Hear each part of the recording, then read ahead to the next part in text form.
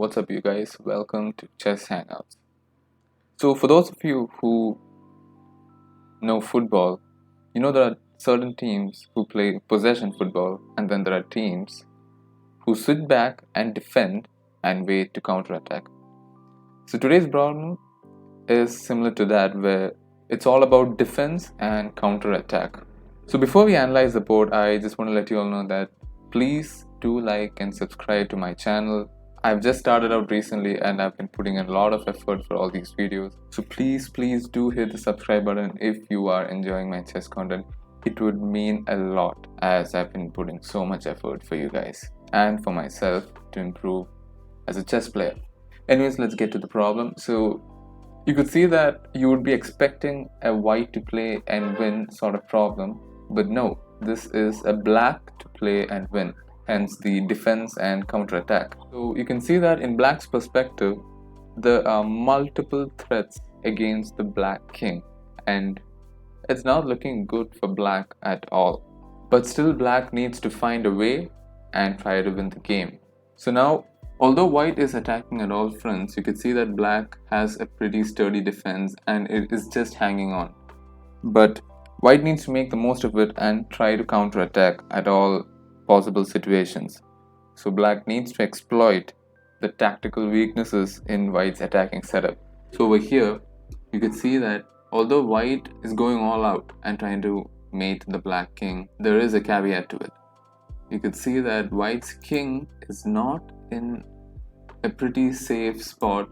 There's this whole empty file which black can exploit, and there are also a lot of knight fork moments where you see, so that's where you need to analyze. So you need to understand that this pawn is hanging at the moment, and black has a lot of possibilities where this knight into f4 fork could come in handy, especially if the king is here or here where the queen would be hanging.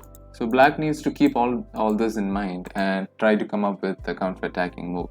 So the first move over here is queen f1 check.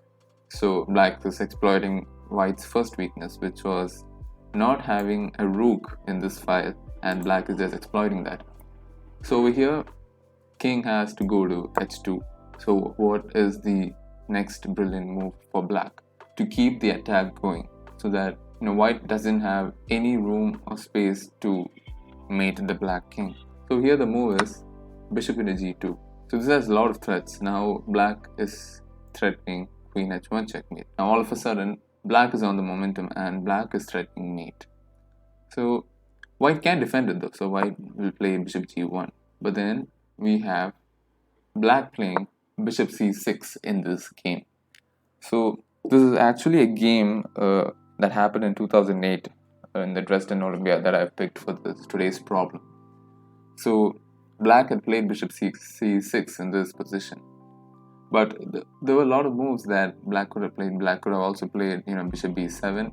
Ideally, black is just threatening this queen e2 check and just opening up space for the black queen. So over here in the game, white played knight into h7, and this turned out to be the killer blow. But this is a straight up loss for white. So try to pause the video and come up with a brilliant move for black. So the move over here is queen e2 check. It's such a beautiful move because after queen captures, we have rook into h7 check, and we need to defend with the rook. So we have rook h3, rook captures, king captures, and here we have that decisive knight fork that I mentioned earlier, and black just made the most of that, and this is a clear win for black. So probably let's go back. So over here probably you might have wondered, you could have played bishop into g2 as well, because if after rook captures you can still get the knight fork by playing knight into f4, but this is very dangerous for black because then you have knight into h7 check, and after knight captures this rook, then we have queen g6 check, rook g7, and that's mate. So that is clearly not possible. So queen f1 was always the best move, and the king h2, bishop into g2, bishop g1, bishop c6. So knight into h7 was the killer blow that ultimately caused white to lose. So an alternative would have been knight f7. But still, there are a lot of caveats to it, because after the rook into e6, you would have this knight at 6 check, king g7, bishop d4 check. So you could see that black is just living on the edge right now.